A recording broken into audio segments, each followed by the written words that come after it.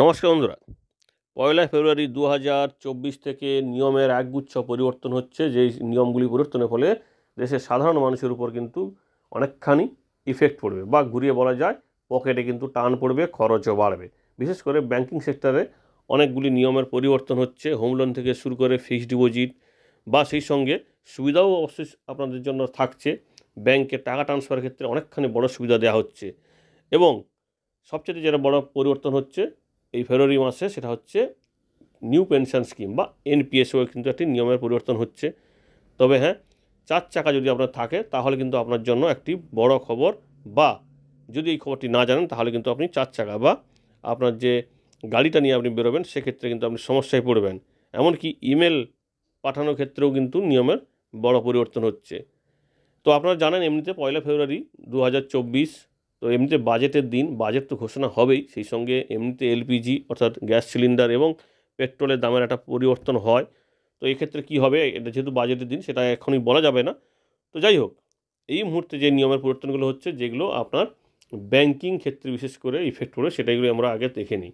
প্রথমটি হচ্ছে অবশ্যই খুবই গুরুত্বপূর্ণ, এবং এটা না করলে কিন্তু আপনি টাকা ট্রান্সফারের ক্ষেত্রে সমস্যায় পড়বেন। ব্যাংকে যদি টাকা ট্রান্সফার করতে চান তাহলে 1 ফেব্রুয়ারি পর থেকে কিন্তু আপনাকে নতুন নিয়ম মানতেই হবে, ব্যাংকে গিয়ে একটা আবেদন করতে হবে। বিষয়টা কী দেখুন, এবার থেকে টাকা পাঠানোর ক্ষেত্রে আর আপনাকে বেনিফিশিয়ারিতে সুবিধাভোগীর সমস্ত তথ্য আর দিতে হবে না, অর্থাৎ নাম, আইএফএসসি করে এই সমস্ত কোনো তথ্য দিতে হবে না। অর্থাৎ আপনারা জানেন টাকা পাঠানোর ক্ষেত্রে যে সমস্যাটা হচ্ছিল কি, আপনাকে সমস্ত তথ্য দেওয়ার পরে টাকা ট্রান্সফারের জন্য পারমিশন দেওয়া হতো, কিন্তু এবার আর সেটা হবে না। মোবাইল নাম্বার এবং অ্যাকাউন্ট নাম্বার হলে হবেই, ব্যাংকের আইএফএসসি কোডের কোনো প্রয়োজন নেই। এবং এক্ষেত্রে আপনাকে অবশ্যই একটা কাজ করতে হবে কি, কারণ এটা তো এখন এই মুহূর্তে ধরুন আপনার মোবাইল নাম্বারটি অনেকগুলি অ্যাকাউন্টের সঙ্গে যুক্ত আছে, বা বিভিন্ন ব্যাংকের অ্যাকাউন্টের সঙ্গে যুক্ত আছে। তো সেক্ষেত্রে কোন অ্যাকাউন্টের কোন মোবাইল নাম্বার, মানে মোবাইল নাম্বারটা যে অ্যাকাউন্টগুলির সঙ্গে যুক্ত আছে কোন অ্যাকাউন্টে তাহলে যাবে। তো এক্ষেত্রে বলা হচ্ছে, যদি আপনি একটি কনসেন্ট দিয়ে আসেন, অর্থাৎ একটা অ্যাপ্লিকেশন বা ফর্ম ফিল আপ করে আসেন যে আমার মানে মোবাইল নাম্বারে যতগুলি অ্যাকাউন্ট আছে তার মধ্যে এই অ্যাকাউন্টে টাকাটা ঢুকবে যদি কেউ আমার মোবাইল নাম্বার ধরে টাকাটা পাঠায়।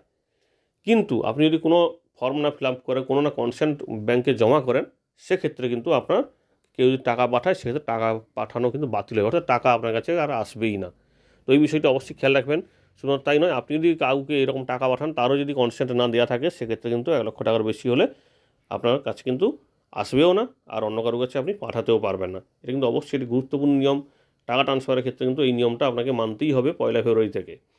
দ্বিতীয়ত হচ্ছে ফাস্ট্যাগ কেওয়াইসি। আপনারা জানেন গাড়ি অর্থাৎ 4 চাকা, যেটা আপনারা জানেন ফাস্ট্যাগের মাধ্যমে টাকা দেওয়া হয়, যেটা অটোমেটিক স্ক্যান করা হয়, সেটা 31শে জানুয়ারি থেকে বন্ধ করে দেওয়া হবে। যাদের কেওয়াইসি করা নেই, অর্থাৎ কেওয়াইসি করা থাকলে তবে ফাস্ট্যাগটা চালু থাকবে 1 ফেব্রুয়ারি থেকে।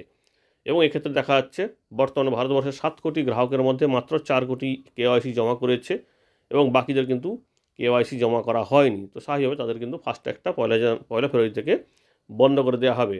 ধনলক্ষ্মী ফিক্সড ডিপোজিট স্কিম, যেটা হচ্ছে জনপ্রিয় ব্যাংক পাঞ্জাব অ্যান্ড সিন্ধ ব্যাংকে 444 দিনের একটি ফিক্সড ডিপোজিট, যেটাতে 7 টাকা 40 সাধারণ নাগরিকদের জন্য সুদ দেওয়া হবে, এবং প্রবীণ নাগরিকদের জন্য 8 টাকা সুদ দেওয়ার কথা ঘোষণা করা হয়েছে। শুধু তাই নয়, মানে ইমেল পাঠানোর ক্ষেত্রেও নিয়ম পরিবর্তন হচ্ছে। এতদিন একসঙ্গে আপনি অনেকগুলো ইমেল পাঠাতে পারতেন, বাল্ক ইমেল যেটা বলে, গুচ্ছ ইমেল। তো সেটা কিন্তু আর হচ্ছে না, 5000-এর বেশি আপনি আর একসঙ্গে মেল পাঠাতে পারবেন না। যদিও এটা সাধারণ মানুষ আমরা যারা আছি তাদের ক্ষেত্রে এই বাল্ক ইমেলে খুব একটা প্রয়োজন হয় না। কোম্পানি বা কোনো সংস্থার ক্ষেত্রে বা কোনো সরকারি অফিসে এই বিষয়টার প্রয়োজন হয়। তো সেই বাল্ক ইমেলও কিন্তু আর পাঠানো হবে না। এর ফলে সমস্যায় পড়বেন কি, মিউচুয়াল ফান্ড থেকে শুরু করে বিভিন্ন স্কিমে যে ইনভেস্ট করা হয়, সেক্ষেত্রে তারা যে একসঙ্গে একটা বাল্ক ইমেল পাঠিয়ে দেয়, সেক্ষেত্রে কিন্তু একটু সমস্যা হবে। শুধু তাই নয়, এবার থেকে গৃহঋণের ছাড়ও কিন্তু বন্ধ করে দিচ্ছে স্টেট ব্যাংক। কারণ স্টেট ব্যাংকের পক্ষ থেকে বলা হয়েছিল 31শে জানুয়ারি 2024-এর মধ্যে যারা স্টেট ব্যাংক থেকে হোম লোন নেবে বা গৃহঋণ নেবে, তাদের একটা প্রসেসিং ফিতে ছাড় দেওয়া হবে, এবং সেই সঙ্গে 0.65 মানে একটা পার্সেন্টেজ একটা সুদেও কিন্তু ছাড় দেওয়া হবে। তো সেটাও কিন্তু আর থাকবে না 1 ফেব্রুয়ারি 2024 থেকে। সবরণ গোল্ড বন্ড বা এসজিবি বলতে আপনারা জানেন ভারত সরকারের পক্ষ থেকে 2014 সালে সম্ভবত, আমি এই মুহূর্তে ফিক্সড ইয়ারটা বলতে পারছি না, দেশের প্রধানমন্ত্রী এটা নিয়ে করেছিল, প্রকল্পটি চালু করেছিল। সেই এসজিবি বা সবরণ গোল্ড বন্ডের স্কিম আবার শুরু হচ্ছে এবং এটা হচ্ছে 4র্থ সিরিজ। কবে থেকে শুরু হবে? এটা বলছে 12ই ফেব্রুয়ারি থেকে 16ই ফেব্রুয়ারি সভরেন গোল্ড বন্ডের স্কিম শুরু হবে এবং এটা যেমন মূল্য থাকে ওই দিন আপনারা জানেন আগের 3 দিনের মূল্য কিন্তু এই সভরেন গোল্ড বন্ডে দেওয়া হবে। এর আগে ডিসেম্বর মাসে কিন্তু এই সভরেন গোল্ড বন্ড শুরু হয়েছিল। এবারে আসি পেনশন স্কিম বা নিউ পেনশন স্কিম যেটাকে বলা হচ্ছে এনপিএস এনপিএস অ্যাকাউন্টধারীদের কিন্তু এবার টাকা তোলার নিয়মে পরিবর্তন হচ্ছে। এবার থেকে অ্যাকাউন্ট হোল্ডাররা আগামী মাস থেকে অর্থাৎ ফেব্রুয়ারি মাস থেকে নতুন নিয়মে মাত্র 25% টাকা তুলতে পারবে, অর্থাৎ তার জমা অর্থের 25% তুলতে পারবে। কোন কোন ক্ষেত্রে বলা হচ্ছে? অ্যাকাউন্টধারীরা শিশুদের শিক্ষা বা বিয়ের খরচ, বাড়ি কেনা, চিকিৎসা খরচ ইত্যাদির জন্য তাদের অ্যাকাউন্ট থেকে টাকা তুলতে পারবে 25%। এছাড়া নিজের ব্যবসা বা স্টার্ট আপ শুরু করার জন্য কিন্তু টাকা তুলতে পারবে। এবার এই টাকাটা কীভাবে হবে? নিজের মানে অ্যাকাউন্ট ধারকের নিজের টাকা এবং নিয়োগকর্তা উভয়ের পরিমাণ কিন্তু এখানে অন্তর্ভুক্ত হবে। বিশেষ করে আপনারা জানেন যে সমস্ত সংস্থা বা রাজ্য সরকার বা কেন্দ্র সরকারের মানে কর্মীরা এনপিএসের অন্তর্ভুক্ত, তাদের ক্ষেত্রে কিন্তু এই নতুন নিয়মটা কিন্তু লাগু হচ্ছে। তো আপাতত এই বিষয়টা কিন্তু খুবই গুরুত্বপূর্ণ যে এনপিএসে এবার 25% টাকা আপনি এই সমস্ত খরচের জন্য তুলতে পারবেন। তবে হ্যাঁ, এই এনপিএসের আংশিক প্রত্যাহার করার জন্য একটা ডিক্লারেশন ফর্ম আপনাকে জমা করতে হবে। রোগ ভোগের কারণে যদি দেখা যায় যে অ্যাকাউন্ট হোল্ডার টোটালি যেতে পারছে না কোথাও, তো সেক্ষেত্রে তাকে কিন্তু একটি ডিক্লারেশন দিতে হবে এবং তার সদস্যদের সেই অধিকার দেয়া হবে, তারা গিয়ে টাকাটা তুলে আনবে। এবং এখানে সার্কুলারের যে অনুচ্ছেদ 6D অনুযায়ী কিন্তু তারা পৃথক একটা আবেদনপত্র জমা করবে এবং সেই আবেদনপত্রের পরিপ্রেক্ষিতে এবার তার পরবর্তীতে সিদ্ধান্ত নেওয়া হবে। তবে এই যে আবেদন করবে সেটা কিন্তু 6D এর অধীনে একটি আবেদনটা করতে হবে এবং এরপরে রেকর্ড কিপিং এজেন্সি বা যেটাকে বলা হয় সিআরএ, তারা এই বিষয়ে কিন্তু সিদ্ধান্ত নেবে যে তারা এই মানে প্রক্রিয়াটা করবে নাকি। কারণ এখানে যদি দেখা যায় যে তার কোনো গণ্ডগোল আছে অ্যাকাউন্টে, তো সেক্ষেত্রে তাকে কিন্তু টাকাটা দেওয়া হয় না। তো গণ্ডগোল বলতে কী, যেটা আমরা আগে বলেছি তাও একবার বলে রাখি যারা বিশেষ করে নতুন আমাদের চ্যানেলে বা এই বিষয়টা জানেন না, সেটা হচ্ছে পেনি ড্রপ।